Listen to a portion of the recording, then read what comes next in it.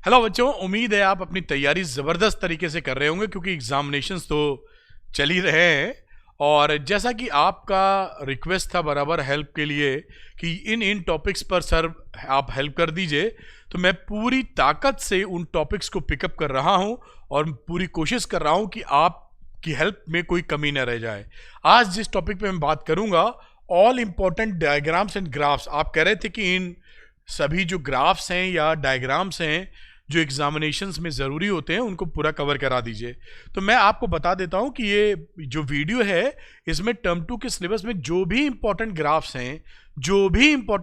हैं इस one shot video में, डायग्राम्स और ग्राफ्स वन शॉट में सब कुछ आपको दर्शन करा दूंगा। इन ग्राफ्स को, इन डायग्राम्स को प्रैक्टिस कर लीजिए, एकदम आपका काम बन जाएगा 100%। मोदी मिसाइल इसका टाइटल मैंने दे रखा है क्योंकि आपका काम बन के रहेगा। एग्जाम की मोदी मिसाइल। बात को शुरू करने से पहले मैं आपको याद दिला दूं कि डिस्क्रिप्शन में आपके लिए बहुत ही सॉलिड लिंक्स मौजूद हैं। वन शॉट वीडियो के लिंक हैं जो कि डिटेल्ड वन शॉट हैं। 2.5-3 घंटे में आपका चैप्टर तैयार हो जाएगा, उसके बाहर से कुछ नहीं आएगा। पूरे सिलेबस को कवर किया हुआ है, उतना करने से आपका काम बन जाएगा। उसके अंदर डेरिवेशन नहीं है, डेरिवेशन का भी वन शॉट आपके पास मौजूद है, लिंक डिस्क्रिप्शन में दिया हुआ है। आप अगर वो भी कर लेते हैं और पीवाईक्यूज का भी लिंक्ड वन शॉट दिया हुआ है, आप कमाल कर जाएंगे। सुपर क्वालिटी वीडियोस हैं, हाईली रिसर्च्ड हैं, टॉप क्वालिटी एक्सप्लेनेशन है, फ्री में सब कुछ है आपके लिए। आप उसको देखेंगे तो आपको यही लगेगा कि ये पेड क्वालिटी कंटेंट से भी बेहतर है। ऐसा आपको पेड क्वालिटी कंटेंट में भी नहीं मिलेगा, इतना जबरदस्त क्वालिटी कंटेंट है। जरूर इस्तेमाल कीजिए और बहुत कम समय में सारा कुछ समझाया हुआ है। चलिए बात को स्टार्ट करते हैं और आगे लेके चलते हैं। और वो डायलॉग मानना तो मैं भूल ही गया कि लाइक करने में आपका कुछ नहीं जाता, अरविंद सर को मोटिवेशन आता। और सच्चाई भी है कि लाइक करने में आपका कुछ नहीं जाता, लेकिन मुझे अरविंद सर को मोटिवेशन आता ही आता है। तो ठोकिए लाइक और कमेंट भी कीजिए जैसे कि बाकी बच्चों को पता चले कि वीडियो में जो कंटेंट अरविंद सर दे रहे हैं वो इस लायक है कि आपकी मदद सुपरलेटिव डिग्री की होगी और बच्चे भी इसको देखना पसंद करें आपके कमेंट को पढ़कर। चलिए एक कदम आगे बढ़ाते हैं। रही बात इलेक्ट्रोमैग्नेटिक वेव्स की, इसमें जो डायग्राम आपके लिए इंपॉर्टेंट है, ये इलेक्ट्रोमैग्नेटिक वेव का ही डायग्राम इंपॉर्टेंट है। इस डायग्राम को तैयार कर लीजिए क्योंकि ये बनाने को अक्सर आता रहता है। इसमें ध्यान क्या रखना होता है कि जिस दिशा में इलेक्ट्रोमैग्नेटिक वेव बनाई है, E क्रॉस B का डायरेक्शन जो होता है, यानी जिस दिशा में इलेक्ट्रोमैग्नेटिक वेव है उसकी परपेंडिकुलर दिशा में मैग्नेटिक फील्ड होना चाहिए, ऑक्सीलेशन, और इन दोनों की परपेंडिकुलर डायरेक्शन में प्रोपोगेशन ऑफ द वेव होना चाहिए। और इनमें रिश्ता कैसा होता है कि E क्रॉस B का जो रिजल्ट होता है वो प्रोपोगेशन ऑफ द वेव होता है। प्रोपोगेशन ऑफ द वेव यानी वेव के चलने की दिशा, प्रोपोगेशन ऑफ द वेव जिधर चल रही है वो दिशा E क्रॉस B से मिलती है। E क्रॉस B का मतलब है वेक्टर क्रॉस प्रोडक्ट। इसका ध्यान रखिएगा, इसकी प्रैक्टिस कर लीजिएगा और इसको रफ में बना के प्रैक्टिस कीजिएगा। ऐसा मत सोचिएगा सीधे एग्जाम में बनाएंगे, वरना दिक्कत होगी। ये बनाने को अक्सर आता है, इंपॉर्टेंट है। मैं फटाफट लेके चलूंगा वरना समय ज्यादा लगेगा आपको। इसमें यही डायग्राम इंपॉर्टेंट है, इससे ज्यादा कुछ नहीं आने वाला डायग्राम बनाने को।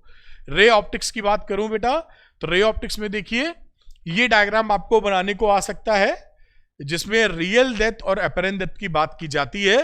तो इसकी भी प्रैक्टिस एक बार जरूर कर लीजिएगा। मैं यहाँ पे एक वो पेन ले लेता हूँ जिसमें आगे पीछे करके लिखा जा सकता है क्योंकि बार बार बदलना पड़ रहा है। तो कौन सा पतला मोटा है मालूम भी नहीं। तो ये देखिए ये जो डायग्राम यहाँ पर है जिसमें रियल डेप्थ अपरेंट डेप्थ का डायग्राम बनता है। अगर बनाने को आए या कोई क्वेश्चन आ जाए तो इसको संभाल लीजिएगा आप, ठीक है। प्रैक्टिस करके रखिएगा, डायरेक्ट एग्जामिनेशन में बनाने की कोशिश करेंगे, दिक्कत होगा। TIR की बात की जाए, टोटल इंटरनल रिफ्लेक्शन, तो इसका डायग्राम आपको बनाना आना चाहिए। ये थोड़ा उल्टा डायग्राम बना हुआ, उल्टा का मतलब डायग्राम बिल्कुल सही है। यहां पर डेंसर मीडियम है, यहां पर रेयरर मीडियम है ऊपर, तो यहां से ऐसे डायग्राम दिखाया गया है, देखिए।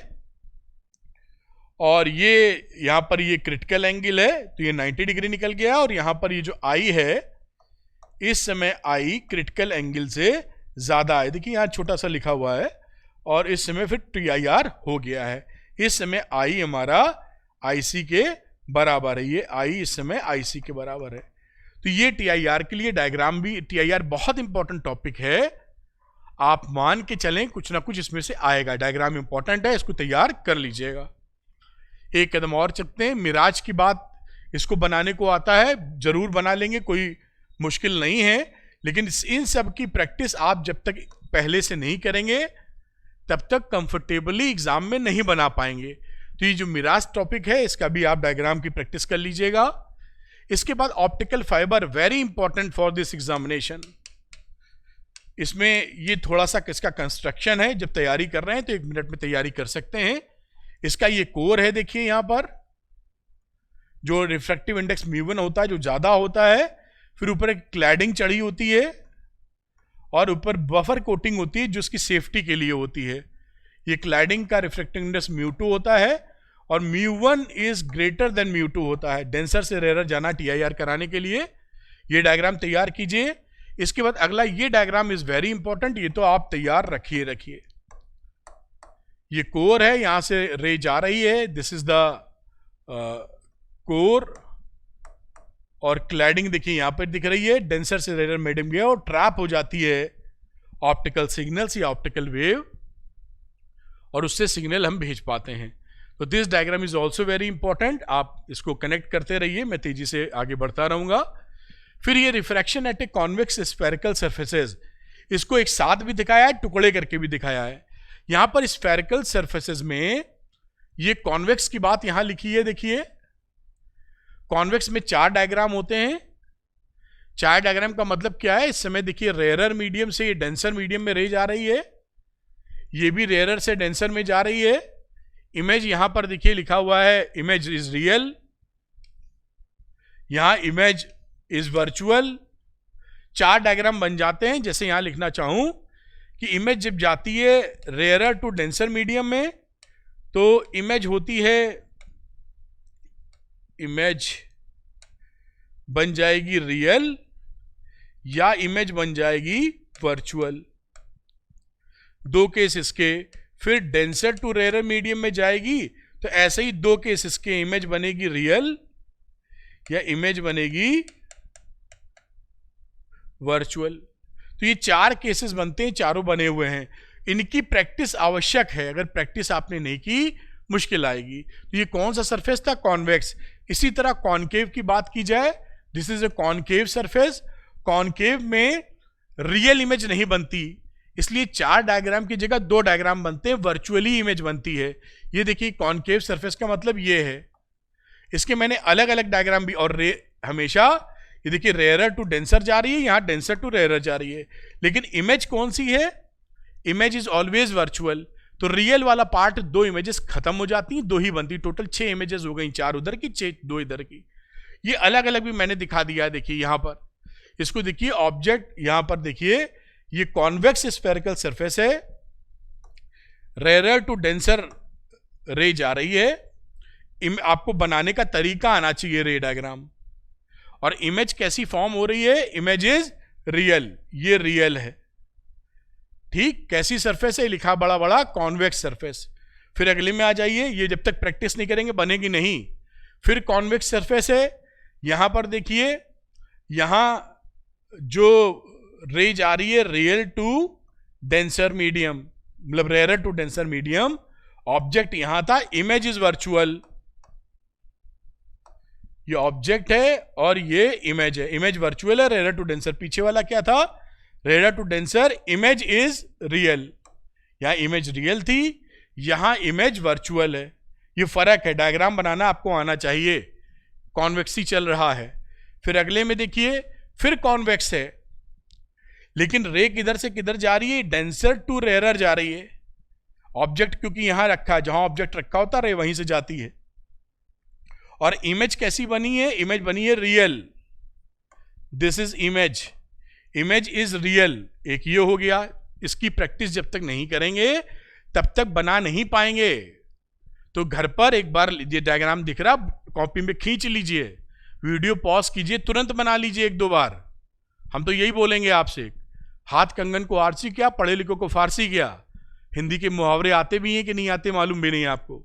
मतलब काम को टालिए नहीं, तुरंत रोकिए, पॉज कीजिए वीडियो और कॉपी निकालिए और देखिए और तड़पड़ बना के खत्म कीजिए। एक बार की प्रैक्टिस तो हो ही जाएगी। फिर देखिए, कॉन्वेक्स स्फेरिकल सरफेस है, डेंसर टू रेयर मीडियम में रे जा रही है, और जो इमेज बन रही है, इमेज इधर है, इमेज इज वर्चुअल। 4 केस हो गए, किसके, कॉन्वेक्स के। अब आती है बारी कॉनकेव की।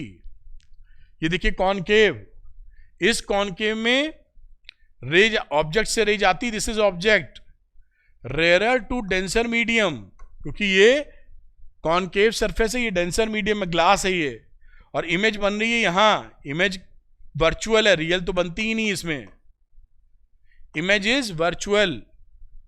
अगला छठा केस, कॉनकेव सरफेस है, ये कॉनकेव सरफेस दिख ही रही है, ऑब्जेक्ट रखा है अंदर डेंसर में, तो डेंसर टू रेयर जा रही है रे, इमेज कैसा है, इमेज तो वर्चुअली बननी है। ये 6 केसेस बन जाते हैं इसमें, और 6 केसेस की प्रैक्टिस होनी चाहिए। एग्जाम में स्पेसिफिक लिख देते हैं ये कभी कभी कि इस केस का मामला बताओ। अगर आपको बनाना ही नहीं आता डायग्राम तो भाई साहब गई भैंस पानी में, ये भी हिंदी का मुहावरा है। अगर हिंदी कुछ आती है काम भर की तो आती होगी, ऐसी उम्मीद कर सकते हैं, है ना। तो इस तरीके से बात बन सकती है। ये डायग्राम आने चाहिए, इंपॉर्टेंट है, किसी भी कीमत पे छोड़े नहीं जा सकते हैं। तो ये उन्हीं को लेके ये फॉर्मूला था जो रिफ्रैक्शन फॉर्मूला लगता है, सब वो मैं समझा चुका हूं वन शॉट वीडियो में, डायग्राम और उसकी बात कर रहा हूं।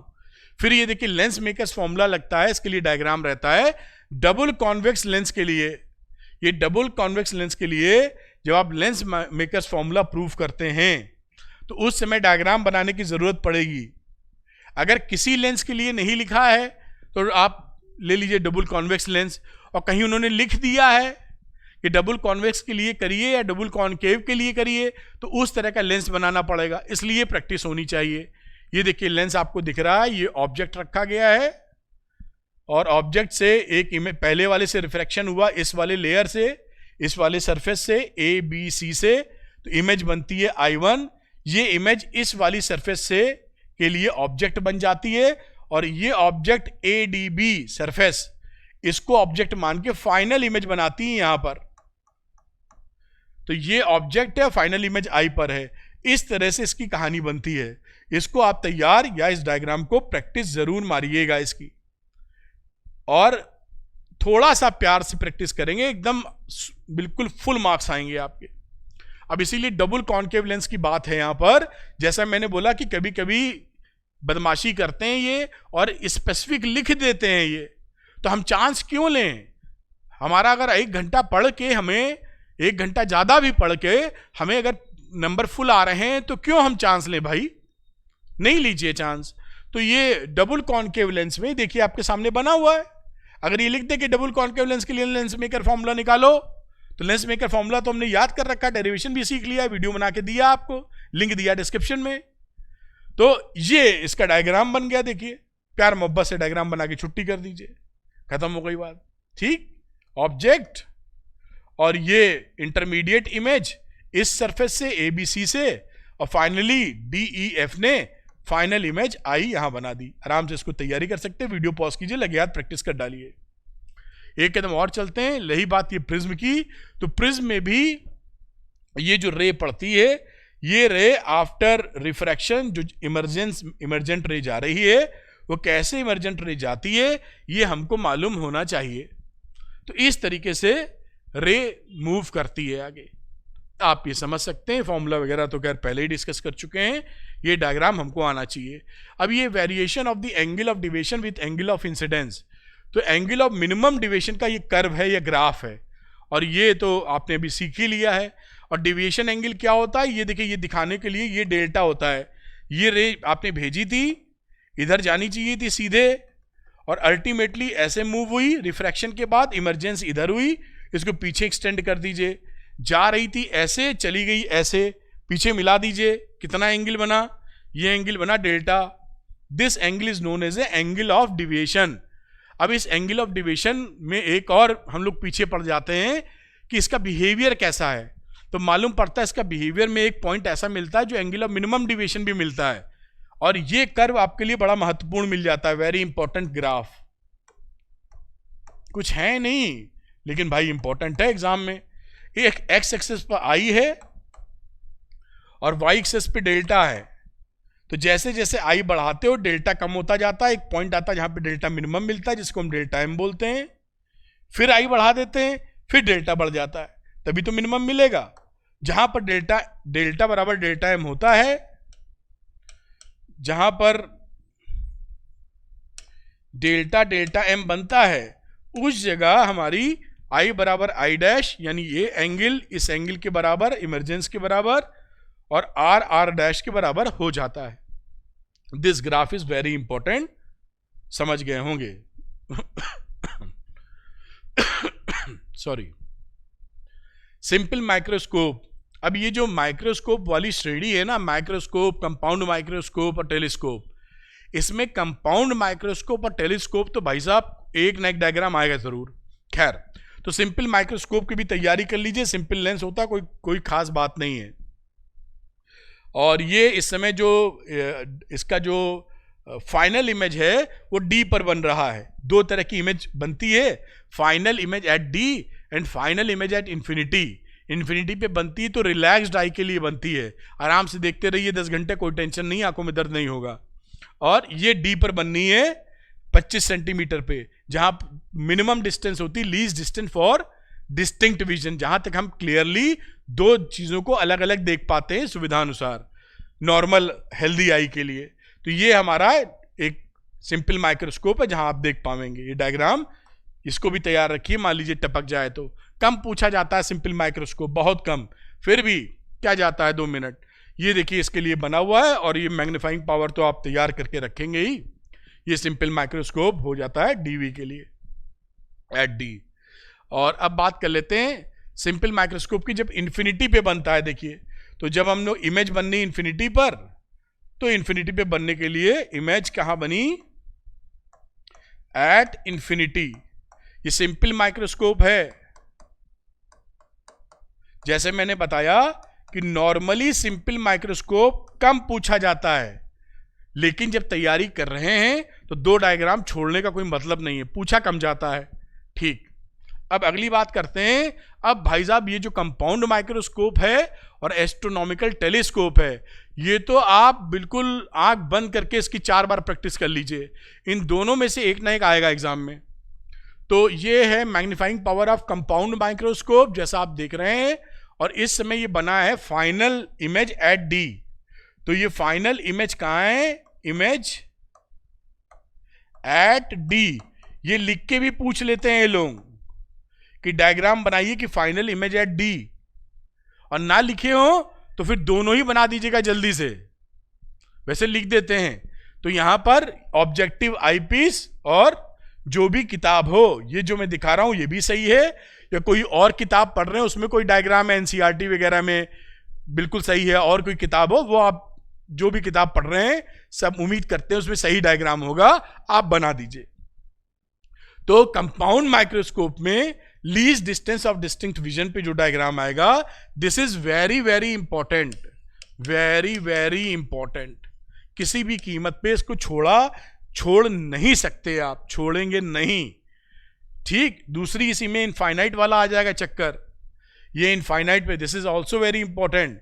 ये क्या है, फाइनल इमेज एट इंफिनिटी है, ये कंपाउंड माइक्रोस्कोपी। तो ये आप फिर से इसकी प्रैक्टिस करेंगे, ध्यान रखिएगा। अगर आपने ये सोचा कि मैं ध्यान से देख लेता हूं, कस के आंखों में एकदम रट लेता हूं आंखों में, और सीधे एग्जाम में बनाऊंगा, तो आप नहीं बना पाएंगे, बहुत परेशान हो जाएंगे, पसीना छूट जाएगा। हमेशा जब फाइनल परफॉर्मेंस देनी होती है, चाहे वो वर्ल्ड कप का क्रिकेट फाइनल हो, चाहे स्टेज परफॉर्मेंस हो, चाहे एग्जाम में परफॉर्म करना हो, चाहे मुझे आपके सामने लाइव ट्रांसमिशन करना हो, बेहतर होता है कि आप पहले एक बार प्रैक्टिस कर लें। जब प्रैक्टिस अव्वल दर्जे की हो जाए या बढ़िया करने लगे तो एक अलग बात हो जाती है। ठीक, तो आप इसका एग्जामिनेशन वही 2 घंटे का होना है, कुछ चूकेंगे तो लेने के देने पड़ेंगे आपको। ठीक, तो ऐसा बिल्कुल नहीं किया जा सकता। आपके कैरियर का सवाल है, प्रैक्टिस करके ही जाइएगा। अभी कल वीडियो पॉज कीजिए, अभी बनाइए इसको तुरंत। और क्या करना एग्जाम है आपका तुरंत। ठीक है, कंपाउंड माइक्रोस्कोप।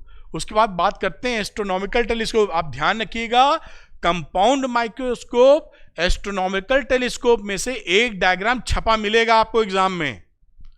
प्रचलन रहा है ये हिस्टोरिकल, मैं यही सब करता रहता हूं आपके साथ, किताब कॉपी, यही जीवन है हमारा। जो बता रहा हूं मान लीजिए आप, आपका भला उसी में है, बाकी आप जो समझे वो करें। तो ये फाइनल इमेज कहां बनी इसकी? फाइनल इमेज, स्पेलिंग सही कर लेना, कहां बन रही है? डी पर। तो ये एस्ट्रोनॉमिकल टेलीस्कोप है, इसका डायग्राम जो मैंने बनाया है ये भी करेक्ट है। कोई और किताब पकड़े हुए हैं तो उसका बना दीजिएगा। एकदम तैयारी रखिएगा, प्रैक्टिस करके ही जाइएगा। सीधे जाएंगे चारों खाने चित हो जाएंगे। बिल्कुल मैं आपको नेचुरल तरीके से बता रहा हूं, हिंदी में बता रहा हूं। ध्यान रखना बेटा, प्रैक्टिस करके जाना। और ये हो गया अगेन एस्ट्रोनॉमिकल टेलीस्कोप, जब फाइनल इमेज इंफिनिटी पे बन रही है। फाइनल इमेज एट इंफिनिटी, तो ये इंफिनिटी पे बन रही है। इस तरह से इसका डायग्राम बन जाएगा एस्ट्रोनॉमिकल टेलीस्कोप का। Very important diagrams for examination purpose. अब फिर आते हैं रिफ्लेक्टिंग टेलीस्कोप, ये भी अक्सर पूछे जाते हैं। तो ये है साहब न्यूटोनियन टेलीस्कोप, रिफ्रैक्टिंग टाइप, और ये Cassegrain reflecting type. Reflecting telescope है, इसमें रिफ्लेक्शन से काम होता है। तो ये दोनों भी इंपॉर्टेंट हैं और ये भी पूछे जाते रहे हैं। मैं हट भी जाता हूं, आप इसको जरूर प्रैक्टिस मार लीजिएगा। इसकी हट गया था कि कॉपी कर पाए, जो भी करते हैं स्क्रीनशॉट। वेव ऑप्टिक्स की बात करते हैं, चलते हैं वेव ऑप्टिक्स की तरफ। देखिए ये मैंने सारा कवर किया, आप बिल्कुल इसी से प्रैक्टिस कर लीजिए। जो मैं वीडियो दे रहा हूं आपको, पॉज करके बना डालिए, किताब भी नहीं खोलनी पड़ेगी आपको, कहीं भटकने की जरूरत नहीं है। बिल्कुल एक कुछ नहीं छोड़ें। जो वीडियो मेरे आएंगे, मैंने आपसे वादा किया था, सब टॉप नॉच क्वालिटी के होंगे। कहीं इस वीडियो के बाद कहीं डायग्राम और ग्राफ के लिए भटकने की जरूरत नहीं है। पूरा ध्यान रख के वीडियो रिलीज किया जा रहा है, चिंता ना करें। Different types of wave form, इसमें पूछ लेते हैं different type. Spherical wave front, point source से स्फेरिकल वेव फ्रंट ऐसी बनानी होगी। ये रेज बनाई है, देखिए दिखा हुआ है। अगला देखिए cylindrical wave front, linear source से जनरेट होती हैं, स्लिट काट देते हैं। ये बीच में स्लिट कटी हुई है और चारों तरफ सिलिंड्रिकल फॉर्म में वेव फ्रंट निकल रही हैं। आगे प्लेन वेव फ्रंट, ये प्लेन वेव फ्रंट और ये रेज जा रही हैं, ऐसे बनाएंगे। अगर बनाने को आ जाए तो पूछ लेते हैं बनाने को, इसीलिए आपको बता रहे हैं। फिर रेस को बनाने को दे देते हैं कि एक्सप्लेन कीजिए रेस को और डायग्राम बना दीजिए। ये देखिए प्लेन वेव फ्रंट ऐसे बनाई है, ये प्लेन वेव फ्रंट है और रेज ऐसे चलती हैं। आपको मालूम है रेज हमेशा वेव फ्रंट के परपेंडिकुलर होती हैं और जिस डायरेक्शन में रेज जाती हैं उसी डायरेक्शन में वेव चलती हैं, एनर्जी उसी डायरेक्शन में प्रोपोगेट होती है, यानी चलती है। ये कन्वर्जिंग स्फेरिकल वेव फ्रंट है। ये देखिए, ये पूछा जाता है एग्जाम में, ये कन्वर्ज हो रही हैं और रेज ऐसे कन्वर्ज हो रही हैं। और ये स्फेरिकल वेव फ्रंट है, ये मैं हटा दूं क्योंकि कई बच्चा कोई प्रैक्टिस कर रहा होगा तो दिखेगा नहीं उसको। और ये डाइवर्जिंग है, फैलती हुई, तो रेज बनाई और स्फेरिकल वेव फ्रंट्स बना दिए। ये वेव फ्रंट्स हैं और ये रेज हैं जो जा रही हैं। इसी तरीके से ये Huygens principle of secondary wavelets, इसमें डायग्राम बनाने को कभी कभी आता है कि कैसे हाइजेंस प्रिंसिपल लिखिए, और क्योंकि हाइजेंस प्रिंसिपल ये बताता है किसी मीडियम में वेव फ्रंट कैसे आगे बढ़ती हैं, ये मेन भूमिका इसमें अदा करता है। तो ये वेव फ्रंट, एक वेव फ्रंट अगर ए बी है इस समय t = 0 टाइम पर, तो t = t टाइम पर ये CD कैसे पहुंचेगी इसको बनाना सीख लीजिएगा कि आफ्टर टाइम टू ये वेव फ्रंट नया कैसे पहुंची। ये अगर वेलोसिटी किसी मीडियम में v है तो t टाइम में कितना डिस्टेंस कवर करेगी, vt। तो a डैश को, इस रेडियस को vt के बराबर लेके सर्किल खींच लिया है। बेसिकली सर्किल नहीं होता, ये पूरा पूरा स्फीयर होता है, लेकिन पेपर पे तो सर्किल ही खींच रहे हैं। तो ये सर्किल खींच लीजिए कई पॉइंट्सों के, और इस सर्किल का फॉरवर्ड में फॉरवर्ड एनवलप यानी फॉरवर्ड कॉमन टेंजेंट बना देते हैं, तो ये नया हमको मिल जाता है वेव फ्रंट। और ये जो आपको रेडियस मिल रही है एरो के साथ, ये सारी रेज मिल जाती हैं। इस तरीके से हाइजेंस का प्रिंसिपल इसमें काम आता है। खैर इसको हटा देते हैं जिससे आप प्रैक्टिस कर सकें। ये थोड़ा सा आइडिया दे दिया है। ये प्लेन वेव फ्रंट है, ये थोड़ी स्फेरिकल नेचर है। अब ये reflection on the basis of wave theory, इसको भी प्रैक्टिस कर लीजिएगा, कहीं ऐसा ना हो कि बना ही ना पाए आप कि प्लेन वेव फ्रंट है, आफ्टर रिफ्लेक्शन को प्रूफ करना वेव थ्योरी के हिसाब से। ये रिफ्लेक्टिंग सरफेस है नीचे, मैं इसलिए बता रहा हूं कि कहीं ऐसा ना हो कि टहलते हुए चले जाएं बिना प्रैक्टिस के और फंस जाएं, वहां चिंता है आपकी। आगे ये रिफ्रैक्शन का है, ये मीडियम 1 कहीं लिखा होगा, ये मीडियम 1 है रेयर, ये मीडियम 2 है। और यहाँ पे ये प्लेन वेव फ्रंट देखिए पड़ रही है, ये रेज हैं और ये सेकंड मीडियम में इंटर करेंगी। सारी चीज सिखाई हुई है आपको, डेरिवेशन के वीडियो में भी और वन शॉट में भी सब बता रखा है। तो ये बस आपको ये बता रहे हैं कि ये डायग्राम इंपॉर्टेंट है, जिसकी प्रैक्टिस किए बिना अगर आप जाएंगे तो खतरा मोल लेंगे, जो ठीक नहीं रहेगा। और आगे चलते हैं, behaviour of A prism lens and mirror जो वेव फ्रंट्स पढ़ती है। तो ये देखिए, ये प्रिज्म के केस में वेव फ्रंट कैसे मूव करती हैं। ये इंसिडेंट वेव फ्रंट है प्लेन, और रिफ्रैक्टेड इस तरीके से हो जाएंगे, ये भी पूछ लेते हैं। मैंने कहा ना, कोई भी चीज नहीं छूटेगी वीडियो में। ये वीडियो अपने आप में पूरे, सारे वीडियो मेरे पूरे हैं अपने आप में। इस वीडियो को देखने के बाद कहीं भटकने की जरूरत नहीं। कोई भी वीडियो मेरा देखेंगे कहीं भटकने की जरूरत नहीं है। मैं वैसा ही वीडियो अब दे रहा हूं आपको 100% पूरा। कॉन्वेक्स लेंस इस तरह का देखिए, वेव इंसिडेंट वेव आएगा वेव फ्रंट, और रिफ्रैक्टेड वेव फ्रंट इस तरह का बन जाएगा। पेन ऊपर नहीं चला रहा हूं, इस तरह का बन जाएगा। देखिए अभी मिटा दूंगा, ये प्लेन वाला ऐसे था। तो इस तरह का आपसे पूछें कि कॉन्वेक्स लेंस के बिहेवियर में कैसा वेव फ्रंट का नेचर होगा, पढ़ने के बाद इस तरह का होगा। ये प्रिज्म के केस में था, ये प्लेन आ रहा था, ऐसा चला गया। मैं इसको बिगाड़ दूं, जो बच्चा प्रैक्टिस करना चाहे देख के कर सकता है। और ये कॉनकेव मिरर की कहानी है, ये प्लेन वेव फ्रंट है देखो, और इधर कॉनकेव मिरर में पड़ा रिफ्लेक्टेड में, और ये रिफ्लेक्टेड वेव फ्रंट यहां मिला आपको। इस तरह से ये पूछा जाता है। आप प्रैक्टिस एक बार कर लेंगे, 1 मिनट के अंदर वहां डायग्राम बना के खत्म कर देंगे और मुस्कुराते रहेंगे। बस मुस्कुराना ही तो है। अब ये थ्योरी ऑफ इंटरफेरेंस फ्रिंजेस, इसकी तो प्रैक्टिस आप करेंगे ही और किया भी होगा कि कैसे हम लोग S1 S2 से इंटरफेरेंस बनाते हैं, इंटरफेरेंस कराते हैं। यंग्स डबल स्लिट एक्सपेरिमेंट वाली कहानी। यहां पर फिर ये बहुत पूछा जाता है कि जो इंटरफेरेंस में जो इंटेंसिटी ग्राफ होता है, ये इंटेंसिटी ग्राफ का कंपैरिजन जो डिफ्रैक्शन में इंटेंसिटी ग्राफ होता है उससे डिफरेंस या ग्राफ पूछते बहुत हैं। तो इसमें ध्यान दीजिएगा कि ये जो ब्राइट है, जो बहुत अच्छा ग्राफ देखने में नहीं लग रहा है, ये सबकी ब्राइटनेस सेम है। ये ब्राइट फ्रिंज की इंटेंसिटी है इंटरफ्रेंस में। ये क्या है? Interference pattern. इसमें जितनी भी ब्राइट फ्रिंजेस हैं सबकी इंटेंसिटी सेम है। ये ब्राइट फ्रिंजेस हैं, दिख रहा है। ये नीचे वाली डार्क हो गई हैं, अंधेरा छा गया है। तो ब्राइट फ्रिंज की इंटेंसिटी सेम है। ये थोड़ा सा ग्राफ प्लॉट ऊपर वाला नहीं कीजिएगा, ये तो इन्होंने लिपअप होती है, ऐसे तो बना दीजिएगा आप। दिख रहा है आपको? ये डायग्राम बनाना आना चाहिए आपको, ठीक है। आगे देखिए,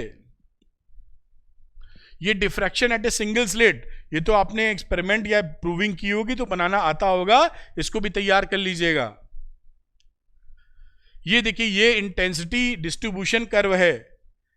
ये इंटेंसिटी डिस्ट्रीब्यूशन कह लीजिए, वही कह लीजिए। वहां पर इंटेंसिटी सेम थी, यहां पर ये डिफ्रैक्शन का है। इस डिफ्रैक्शन में अगर आप देखें तो सेंट्रल वाले की ब्राइटनेस सबसे तगड़ी है, उसके बाद देखिए तो ये घट गई है और घट गई, सेम नहीं है। जबकि अभी इंटरफ्रेंस वाले में देखा था तो सेम थी। इसी का इससे कंपैरिजन पूछा जाता है बहुत ज्यादा। तो this is very very important graph. ये डिफ्रैक्शन की कहानी है, वो इंटरफ्रेंस की कहानी थी। तो इस ग्राफ की प्रैक्टिस आप करेंगे, बिल्कुल करेंगे, बहुत ज्यादा चांसेस रहते हैं इसके आने के। तो डिफ्रैक्शन में इंटेंसिटी ग्राफ 2 मिनट में बन जाता है अगर आप प्रैक्टिस किए, 2 मिनट भी नहीं लगते। अब डुअल नेचर रेडिएशन मैटर की बात आती है, इसमें क्या क्या इंपॉर्टेंट है वो देख लीजिए। इसमें ये ग्राफ बड़ा इंपॉर्टेंट है कि जब हम लोग फिक्स्ड फ्रीक्वेंसी रखते हैं, ये बाकी कहानी है लेकिन ग्राफ की तरफ चल रहे हैं, फ्रीक्वेंसी फिक्स्ड रखते हैं, फिक्स एक्सेलरेटेड पोटेंशियल रखते हैं, एक्सेलरेटिंग पोटेंशियल, इंटेंसिटी फिक्स नहीं रखते हैं, बदलते हैं। तो इंटेंसिटी बदलने पर, इंटेंसिटी को चेंज करने पर फोटो इलेक्ट्रिक करंट की वैल्यू बढ़ती है। इंटेंसिटी बढ़ाने पर, इंटेंसिटी ऑफ लाइट बढ़ाने पर 100 वाट की जगह 200 वाट का बल्ब लगा रहे हैं, 300 वाट का बल्ब लगा रहे हैं, जैसे जैसे इंटेंसिटी बढ़ा रहे हैं फोटो इलेक्ट्रिक करंट बढ़ती है। इस वजह से ये ग्राफ हमारा काफी इंपॉर्टेंट है, कई बार पूछा जा चुका है। तो इस ग्राफ को पकड़िएगा, यहां पर फ्रीक्वेंसी फिक्स्ड है, एक्सेलरेटिंग पोटेंशियल भी फिक्स्ड है, ये देखो लिखा है मैंने यहां, ये दोनों चीज फिक्स्ड है। वेरिएबल क्या है? इंटेंसिटी। ये ग्राफ काफी इंपॉर्टेंट है मुश्किल से आंख बंद करके बनाने लायक। खैर समझदार हैं आप, एक कदम और आगे चलेंगे। यहां पर अगला ग्राफ आ जाता है, देखिए स्टॉपिंग पोटेंशियल है ये वाला, या इससे पहले क्या चीजें हैं? फिक्स्ड फ्रीक्वेंसी है, इसमें फिक्स्ड इंटेंसिटी है, एक्सेलरेटिंग पोटेंशियल फिक्स नहीं है।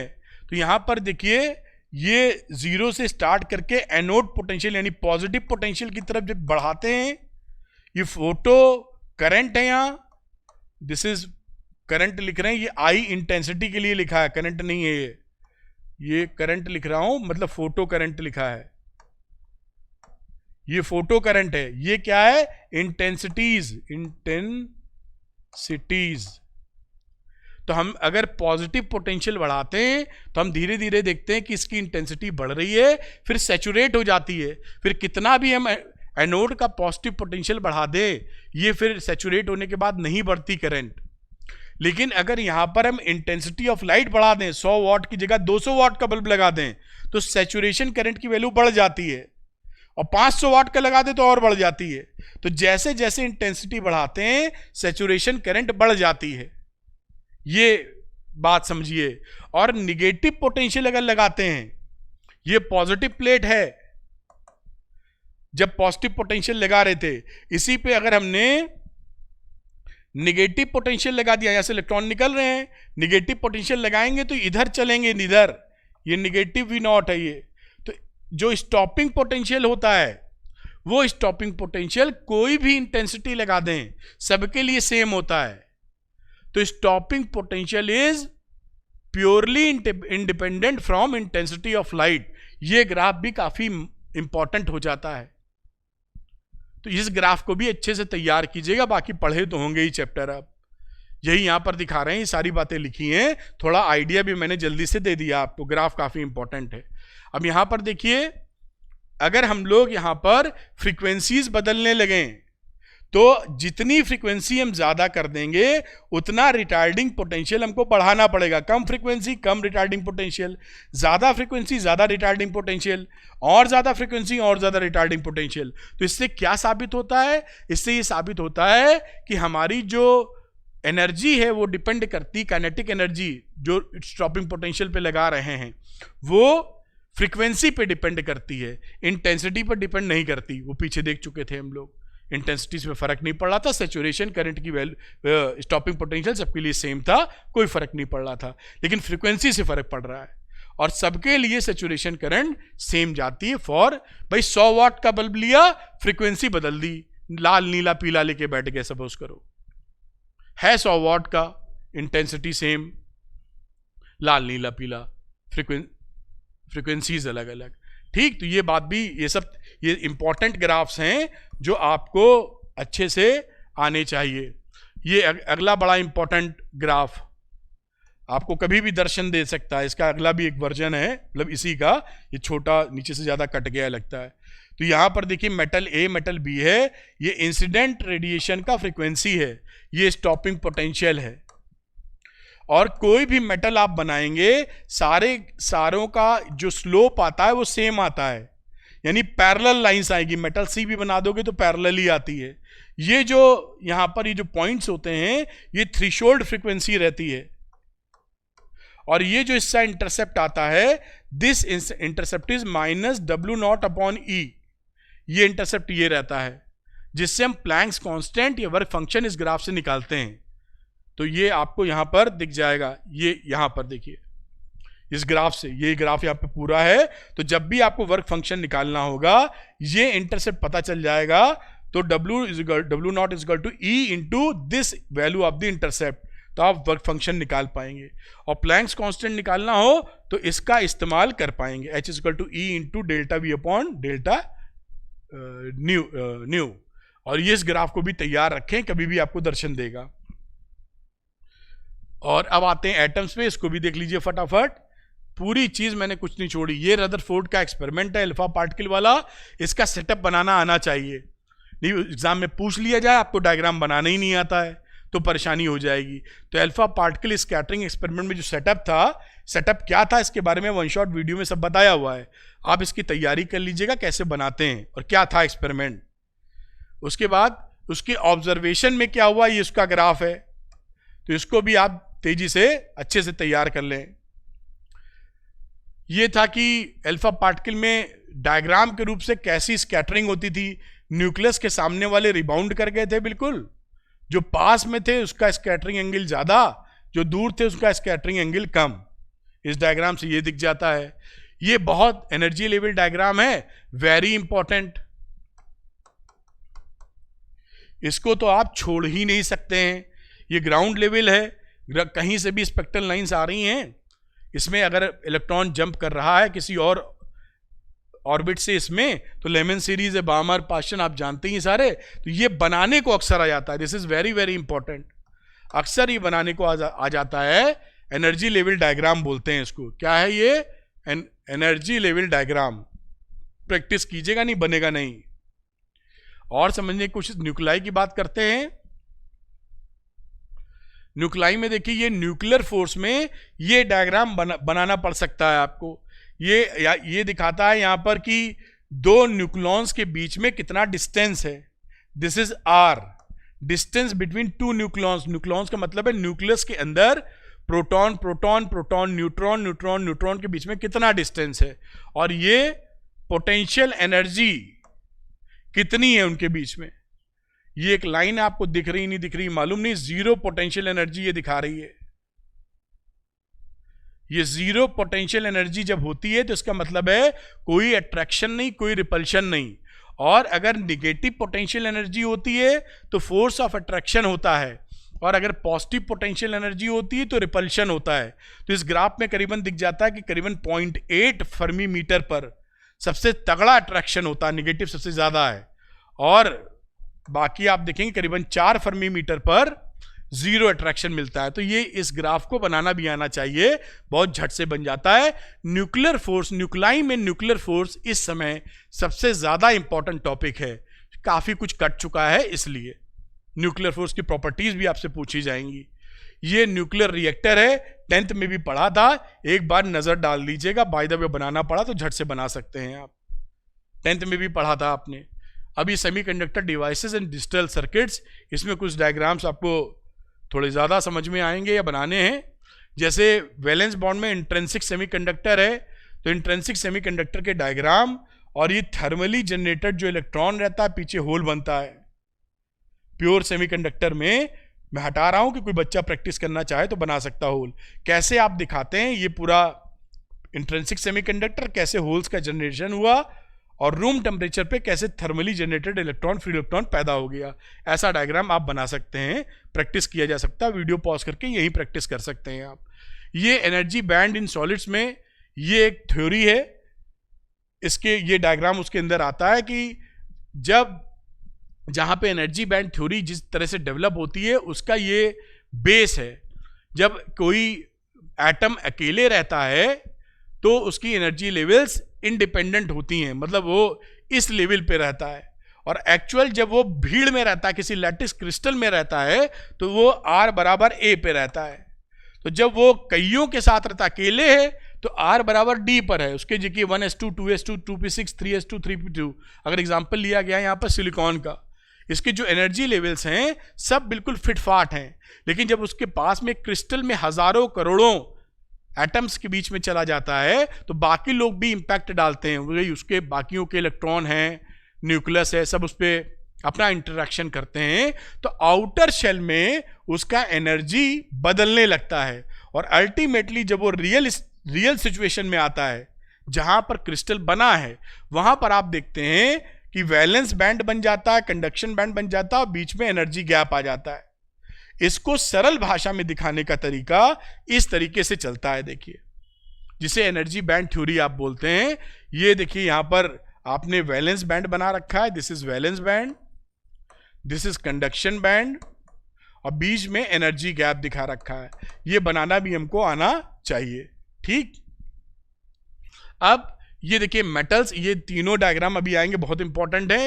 ये मेटल्स को एनर्जी बैंड थ्योरी के हिसाब से, मेटल्स में दो सिचुएशंस होती हैं, एक तो पार्शियली फिल्ड होता है कंडक्शन बैंड इलेक्ट्रॉन से, तो वो तो थ्योरी आप समझेंगे लेकिन डायग्राम, या फिर ओवरलैप होता है कंडक्शन बैंड और वैलेंस बैंड आपस में। तो मेटल में इस तरीके से डायग्राम बनते हैं, इन दोनों डायग्राम को तैयार रखें। रही बात इंसुलेटर्स की, ये इंसुलेटर है, इसमें वैलेंस बैंड और कंडक्शन बैंड के बीच में एनर्जी गैप होता है, ये जिसकी वैल्यू 3 इलेक्ट्रॉन वोल्ट से ज्यादा होती है, जिससे कि इलेक्ट्रॉन यहां से कूद के यहां नहीं जा पाता। इलेक्ट्रॉन को अगर यहां पर करंट फ्लो करनी है तो कंडक्शन बैंड में होना चाहिए, अगर वो वैलेंस बैंड में है तो इलेक्ट्रॉन करंट को फ्लो नहीं कर सकता। अगर होल यहां है तो करंट फ्लो कर सकता है।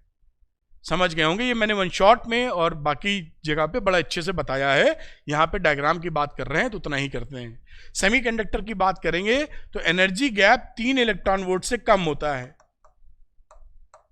तो ये बनाने को आ जाता है, तो ये बनाने को आए तो झट आप डिमार्केशन कर दीजिएगा एनर्जी बैंड थ्योरी के हिसाब से कि मेटल्स क्या होते हैं, इंसुलेटर्स क्या होते हैं और सेमीकंडक्टर्स क्या होते हैं, और डायग्राम के हिसाब से आप बना देंगे, पूरे नंबर घर ले जाएंगे। अब बात उठती है कि इंट्रिंसिक सेमीकंडक्टर, तो देखिए इंट्रिंसिक सेमीकंडक्टर की स्थिति ये रहती है, प्योर जर्मेनियम है और इस तरीके से दिखाया गया है, एनर्जी बैंड के रूप में इस तरह से आप दिखा सकते हैं, 3 इलेक्ट्रॉन वोल्ट से कम रहता है। तो ये देखिए एक एग्जांपल ले लिया गया है किसी का जो कि जर्मेनियम का है, देखिए 0.072 इलेक्ट्रॉन वोल्ट का गैप है, एनर्जी गैप। इस तरह से प्योर इंट्रिंसिक सेमीकंडक्टर की बात की जाती है। फिर ये फॉर्मेशन ऑफ होल्स की बात की जाती है।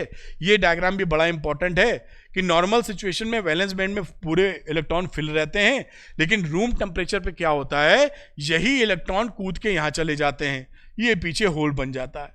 तो ये डायग्राम बनाने को आया, ये कूद के इलेक्ट्रॉन यहाँ चले गए कई सारे, तो पीछे होल्स बन गए, दीज आर होल्स। तो ये छोटे छोटे डायग्राम हैं, लेकिन आपको आने चाहिए क्योंकि एग्जामिनेशन में पूछे जाते हैं, और मेरा काम है कि आपको एक बार पिंच कर देना कि भाई इंपॉर्टेंट है, आप इसको नजर मार लो या एक बार पेंसिल लेके बना डालो।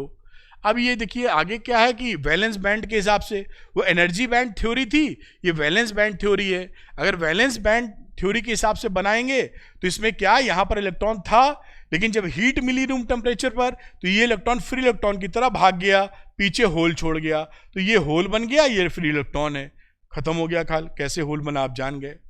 आगे चलते हैं। अब ये देखिए एक्सट्रिंसिक सेमीकंडक्टर, वो तो इंट्रिंसिक थे, एक्सट्रिंसिक सेमीकंडक्टर में एन टाइप का जिक्र किया जाए तो एन टाइप सेमीकंडक्टर में क्या होता है, वैलेंस बैंड और ऊपर कंडक्शन बैंड होता है। इस कंडक्शन बैंड में एक और डोनर एनर्जी स्टेट आ जाता है जहां पर इलेक्ट्रॉन पाए जाते हैं। ध्यान रखिएगा, ये बहुत वेरी इंपॉर्टेंट फॉर एग्जाम। ये कौन सी कहानी है, एन टाइप। एन टाइप किसमें होगा, एक्सट्रिंसिक सेमीकंडक्टर में, ठीक। तो एक्सट्रिंसिक में एन टाइप में क्या होता है, एनर्जी बैंड थ्योरी पे बेस्ड है कि जब एन टाइप बनाया जाता है तो बीच में एक एनर्जी लेवल और मिल जाता है जिसमें आपके इलेक्ट्रॉन फिट हो जाते हैं उस एनर्जी स्टेट में। और कंडक्शन बैंड में, क्योंकि इलेक्ट्रॉन अगर कंडक्शन बैंड में चला जाए तो करंट फ्लो करा देगा, लेकिन अभी पहुंचा नहीं है, लेकिन कंडक्शन बैंड और इस बैंड जहां पर है डोनर एनर्जी स्टेट में, ये जो लेवल है इसमें गैप बहुत कम रह जाता है, बस पहुंचने ही वाला रहता है। और गैप कितना है सिलिकॉन के लिए? 0.045 electron volt, which is very very less. Room temperature पर ही ये इलेक्ट्रॉन जंप कर जाता है कंडक्शन बैंड में और एक्सट्रिंसिक सेमीकंडक्टर्स शुरू हो जाते हैं क्या? कंडक्शन करने के लिए तैयार रूम टेम्परेचर पर। तो ये डायग्राम बहुत इंपॉर्टेंट है क्योंकि आपको ये याद रहना चाहिए कि एन टाइप में इलेक्ट्रॉन डोनर एनर्जी स्टेट में एक एनर्जी स्टेट मिलेगी, डोनर एनर्जी स्टेट, जो कंडक्शन बैंड के लोवेस्ट एनर्जी लेवल से जस्ट बिलो मिलेगी। जैसे ही थोड़ी एनर्जी मिली कट से ऊपर ठीक, ये बात आपको कनेक्ट करनी चाहिए। अच्छा, पी टाइप में क्या होगा? यहां मिलेगी, अभी आप देखिएगा। अगला होगा ये पी टाइप का बना रहे हैं, तो पी टाइप का वैलेंस बॉन्ड थ्योरी की बात कर रहे हैं। तो ये वैलेंस बॉन्ड थ्योरी में ये देखिए ऑलरेडी यहां पर होल पहले से होता है, तो ये होल पहले से, ये वैलेंस बॉन्ड थ्योरी हो गई और ये होल की ही कहानी चल रही है। अब यहाँ पे एनर्जी बॉन्ड थ्योरी आ जाएगी, ये एनर्जी बॉन्ड थ्योरी हो गई, ये एनर्जी बैंड थ्योरी हो गई। एनर्जी बैंड थ्योरी में ये कौन सा है? पी टाइप, ध्यान रखना, वो एन टाइप था पहले वाला। ये बहुत इंपॉर्टेंट डायग्राम है। यहां पर क्या होता है? एक्सेप्टर एनर्जी स्टेट बन जाता है नीचे, ये जो वैलेंस बैंड के टॉप एनर्जी लेवल से जस्ट ऊपर। अब इलेक्ट्रॉन क्या करते हैं? जैसे ही थोड़ी एनर्जी मिलती है कूद के इस स्टेट में जाकर रह सकते हैं, एक यहां पर इनका ठिकाना बन जाता है कि तो ये कूद कर इस एनर्जी स्टेट में रह सकते हैं। अब ये देखिए यहां पर होल बन गए पीछे। अब आपको मालूम है कि वैलेंस बैंड में अगर होल होंगे तो ये होल करंट को फ्लो कर सकते हैं, बस इनका कंडक्शन चालू। तो पी टाइप में ऐसा कार्यक्रम होता है, जबकि एन टाइप में देखिए कैसा हो रहा था? एन टाइप में ये कार्यक्रम था। This is for N type, ये एन टाइप की कहानी है। और ये कहानी किसकी है आप समझ पा रहे होंगे, इसलिए मैंने दर्शन करा है। This is P type. दोनों का फर्क समझिएगा। कुछ कंडक्शन बैंड में इलेक्ट्रॉन होंगे पहले से पी टाइप में, जो कूद के यहां से सीधे वहां पहुंच जाए, ज्यादा एनर्जी मिल जाए, उससे कोई दिक्कत नहीं है। ठीक, तो ये पी टाइप की कहानी हो जाती है। आगे चलते हैं। ये पीएन जंक्शन की कहानी है। इस पीएन जंक्शन का भी डायग्राम बनाने को आता है। तो आप पी टाइप, एन टाइप, और ये डिप्लीशन लेयर है बीच में, जहां पर ये बीच में आपको ये डिप्लीशन लेयर इसलिए बोलते हैं कि ये डिप्लीटेड फ्रॉम फ्री चार्जेस हो जाते हैं। ये जो चार्जेस आपको माइनस माइनस दिख रहा है, प्लस प्लस, ये आयंस हैं और ये इमोबाइल आयंस रहते हैं, चल नहीं सकते हैं, ये बस खड़े रहते हैं। तो ये डिप्लीशन रीजन में आयंस रह जाते हैं, फ्री चार्जेस नहीं रहते। साथ में जो और थ्योरी है वो तो आप पढ़ेंगे, एक बैरियर का आता है डायग्राम, ये भी आपकी तैयारी में रहना चाहिए। पीएन जंक्शन अक्सर पूछा जाता है। उसके बाद बात की करते हैं हम लोग कि फॉरवर्ड बाइसिंग कैसे लगाते हैं। तो जैसे पी लगा हुआ है तो पी को प्लस से लगा दोगे, एन को माइनस से लगा दोगे, फॉरवर्ड बाइसिंग हो गई। ये डायग्राम बनाने को आएगा। फॉरवर्ड बाइसिंग में जो बैरियर पोटेंशियल वो कम हो जाता है, वीबी माइनस वी, क्योंकि इसी ये जो डायरेक्शन है वी का, वीबी का अपोजिट डायरेक्शन रहता है, वीबी का इधर, इसका वी तो घट जाता है। सबको मैंने कहा सेंसिटाइज करा दो एक बार आपको। रिवर्स बाइसिंग में पी का निगेटिव से और एन का प्लस से लगा देते हैं, तो ये रिवर्स बाइसिंग हो जाती है। अगर पी का प्लस से लगाते, एन का माइनस से, तो ये फॉरवर्ड बाइसिंग होती। अब पी का माइनस से लगा दिया और एन का प्लस से लगा दिया तो ये रिवर्स बाइसिंग है। और इस केस में वीबी और वी एक ही डायरेक्शन में होते हैं, तो ये वीबी प्लस वी होता है। ये डायग्राम भी आपको तैयार रखना चाहिए। आगे देखिए, अब इसमें ये डिप्लीशन लेयर वगैरह चौड़ी वगैरह हो जाती है, पतली हो जाती है फॉरवर्ड बाइसिंग में, तो वो सब भी आपसे पूछ लिया जाता है। ये इंक्रीज हो रही है विड्थ ऑफ डिप्लीशन लेयर, तो ये डायग्राम भी आपको तैयार रहना चाहिए। रिवर्स बाइसिंग के अंदर आपसे पूछा जाए तो बना दीजिएगा, इंपॉर्टेंट है ये जैसा बना हुआ है। आगे देखते हैं। अब इनका जो वीआई कैरेक्टरिस्टिक है बेटा, this is very very important. ये तो आपको 100% क्लियर होना चाहिए। रिवर्स बाइसिंग में और फॉरवर्ड बाइसिंग में ये दो डायग्राम यही हैं, आगे भी आपको दिखेंगे। तो ये देखिए फॉरवर्ड बाइसिंग का कैरेक्टरिस्टिक है वीआई कैरेक्टरिस्टिक, ये डायग्राम फॉरवर्ड बाइसिंग, और ये reverse biasing, very important diagram. ये तो समझ लीजिए पूछा ही जाएगा। ये दोनों डायग्राम अच्छे से आप तैयार कर लीजिए, फॉरवर्ड बाइसिंग में कैसा है, रिवर्स बाइसिंग में कैसा है। ये आपसे बहुत ज़्यादा चांसेस हैं कि आपसे पूछा जाए। यही अलग करके इसमें लिखा है फॉरवर्ड बाइसिंग लगाने के बाद उसका डायग्राम है फॉरवर्ड बाइसिंग में कैसा बिहेवियर रहता है। शुरू में आप जब वोल्टेज बढ़ाते हैं तो करंट बहुत कम बढ़ती है, धीरे धीरे एक कट ऑफ पोटेंशियल के बाद एक्सपोनेंशियली बढ़ने लगती है, इसी को कट ऑफ वोल्टेज वगैरह बोलते हैं। और ये फॉरवर्ड बाइसिंग की कहानी है। इसके बाद रिवर्स बाइसिंग आ जाती है। ये रिवर्स बाइसिंग में देख लीजिए, जब करंट को आप रिवर्स बाइसिंग में लगाते हैं तो आप बढ़ाते जाते हैं और यहाँ पर देखते हैं करंट बढ़ ही नहीं रही है और एकदम से ब्रेकडाउन वोल्टेज पे करंट शूट आउट कर जाती है। तो इसको बनाने का भी आपको तरीका आना चाहिए। ये रिवर्स बाइसिंग की करंट है। ये एक ही डायग्राम में दोनों दिखा दिया गया है। ये आपका हो गया रिवर्स बाइसिंग और ये हो गया है फॉरवर्ड बाइसिंग, सिलिकॉन के लिए और डॉटेड वाला जर्मेनियम के लिए। हटा देते हैं, बाय द वे इससे आप प्रैक्टिस करना चाहें तो कर सकते हैं। फॉरवर्ड रिवर्स बाइसिंग एक ही में है, आएगा एग्जाम में फॉरवर्ड और रिवर्स बाइसिंग। अब उसके बाद जंक्शन डायोड, ये हाफ वेव रेक्टिफायर है, हाफ वेव फुल वेव दोनों आता है। तो इसका ये सर्किट डायग्राम बहुत पूछा जाता है, बहुत फेमस है। ये मतलब आएगा इनमें फुल वेव हाफ वेव में कुछ ना कुछ, फुल वेव ज़्यादा आता है, हाफ वेव कम आता है।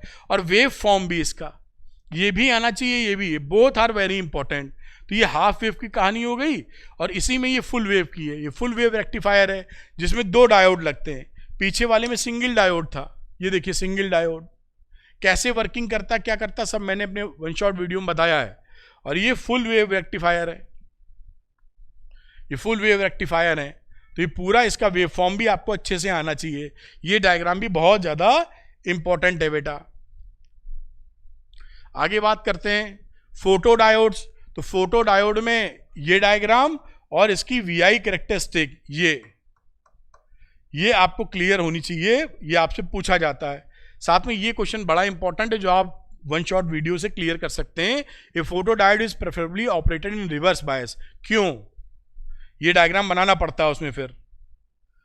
और फिर एलईडी की बात करें तो एलईडी में फॉरवर्ड बाइसिंग में इसको लगाया जाता है। ये डायग्राम उसका है, बाकी कुछ डायग्राम फॉरवर्ड बाइसिंग के कलर वगैरह के बना रखे हैं।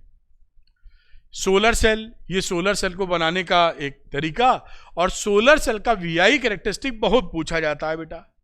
दिस इज वेरी वेरी, है बड़ा सरल, आता बहुत ज्यादा है क्योंकि ये करंट ड्रॉ नहीं करता, देता है। ओसी का मतलब होता है ओपन सर्किट, ओपन सर्किट, और एससी का मतलब होता है short circuit.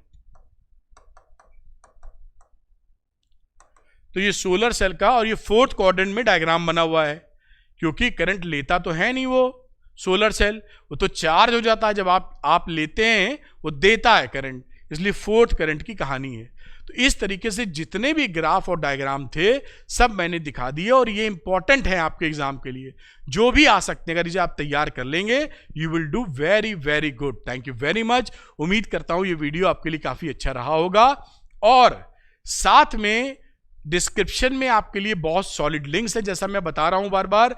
One shot video है डिटेल्ड में, वो पढ़ने के बाद उससे बाहर का कुछ नहीं आएगा। साथ में डेरिवेशंस का अलग वीडियो है, PYQs की अलग सीरीज है, आप सब देखें। सब टाइम बर्बादी कहीं नहीं है, प्योर टीचिंग है। और आपको ये वीडियोस अगर पसंद आ रहे हैं, जो मैं और भी कराता जा रहा हूं, लिंक अटैच करता जा रहा हूं लाइन से, आप देखते जाइए और एकदम आपको टॉप लेवल का फायदा मिलेगा। और वीडियो पसंद आए तो कमेंट जरूर कीजिएगा, जैसे बाकी बच्चे आपके कमेंट को देखकर ये महसूस कर सकें कि ये वीडियो उनके लिए बेनिफिशियल है। क्योंकि मेरे पास और कोई मार्केटिंग का टूल नहीं है, ना मैं कुछ ऐसा कर पाऊंगा, आप ही हैं।